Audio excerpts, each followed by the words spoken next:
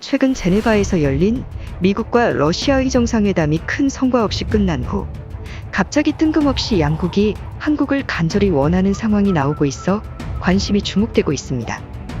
바로 우크라이나 아래 흑해 지역에서 두 나라가 맞붙게 된 것인데요.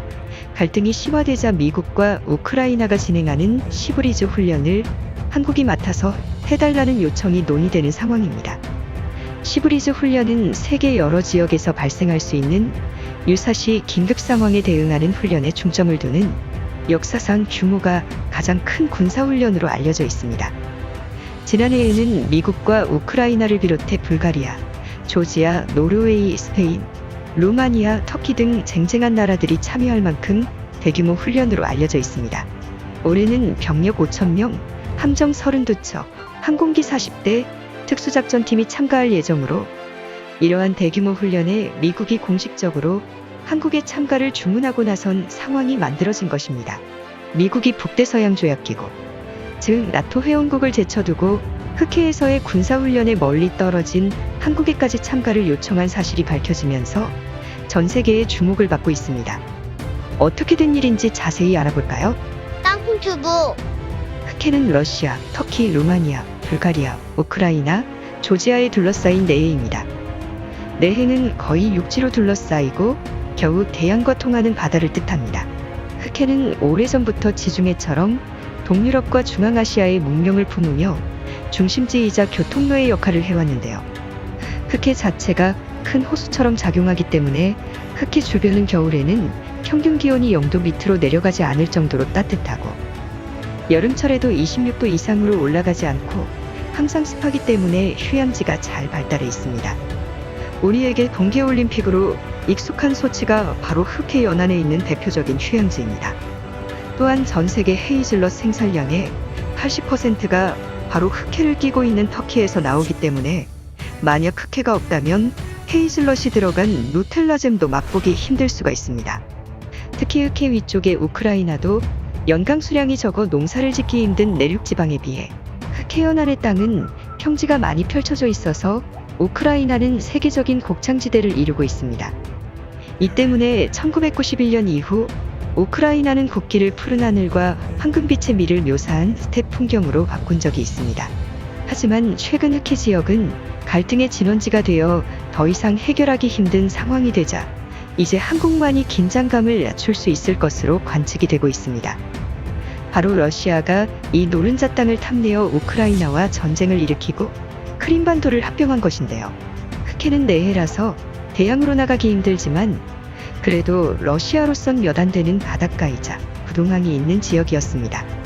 또한 역사적으로 러시아는 오랫동안 적국인 오스만 투르크, 즉 터키를 상대할 때 흑해를 요충지로 정했으며 러시아 때부터 구소련을 거쳐 현대 러시아에 이르기까지 중요하게 여기는 지역입니다. 세계 2차 대전이 끝나고 서방연합국과 소련 사이의 냉전이 성립되기 시작했을 때 강대국 서유럽 진영의 국가들은 확장하는 러시아를 견제하기 위해 흑해 연안의 동유럽 국가들과 함께 북대서양조약기구, 즉 나토를 창설했는데요. 나토는 가입된 국가들끼리 군사 기밀을 공유하고 군사 강대국들의 무기를 싼 값에 거래할 수 있어 가입만 하게 된다면 큰 혜택이 있어 일본은 오랫동안 나토 가입을 원해왔던 상황인데요. 일본은 오랫동안 각국 정상들과 만나 로비를 하며 자국의 브랜드를 홍보하는 등 노력을 해왔지만 그럼에도 불구하고 멀리 떨어진 섬나라 일본이 왜 북대서양조약기구인 나토의 회원국이 되려는지 모르겠다며 이런 지하에 거절당하는 상황이 계속되어 왔습니다. 하지만 최근 나토 사무총장의 발언에 전 세계의 관심이 한국으로 집중되고 있습니다.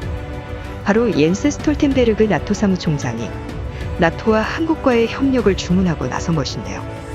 나토 사무총장은 이젠 러시아를 넘어 점점 증가하는 중국의 영토 해역에 한국의 역할이 기대된다는 취지의 발언을 하였고, 토니 블링컨 미국 국무장관도 한국은 믿을 수 있는 동료라며 중국과 러시아의 체계적인 도전에 직면하도록 노력하는 스톨텐베르그 사무총장의 노력에 지지를 표했다고 밝힌 바 있습니다.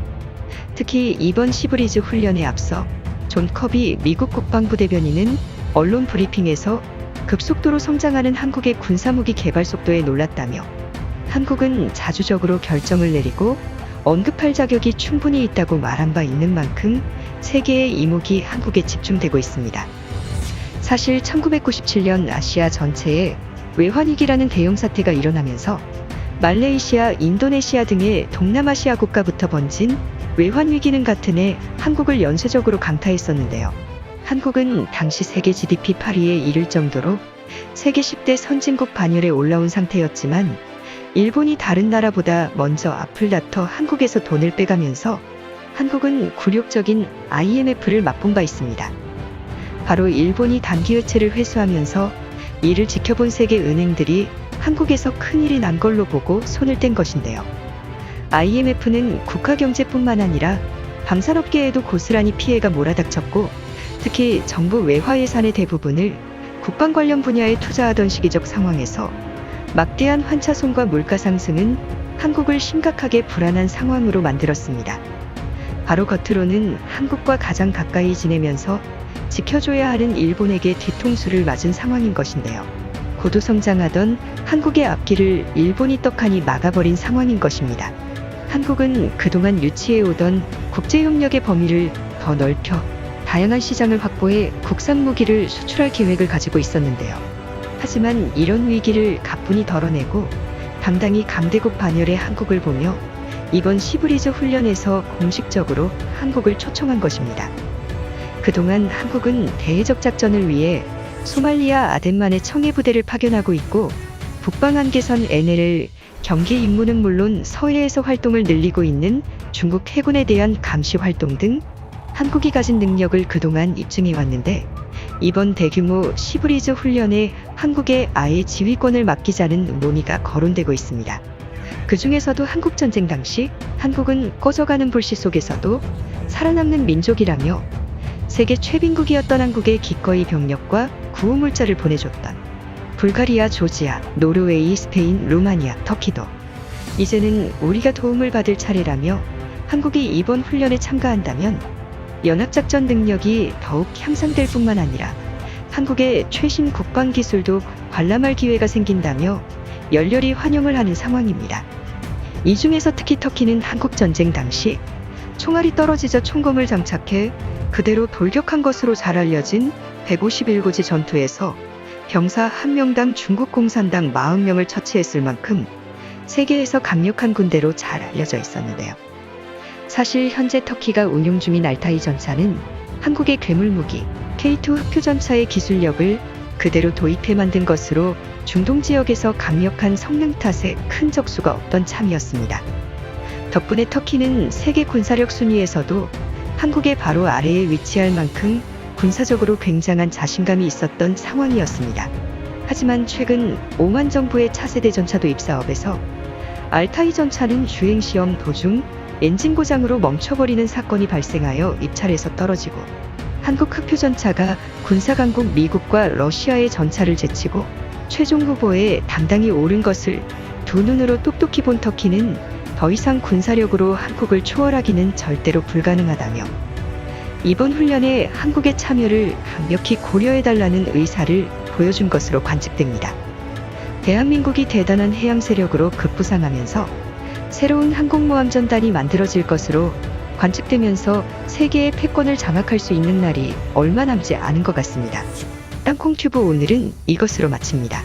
시청해주셔서 고맙습니다.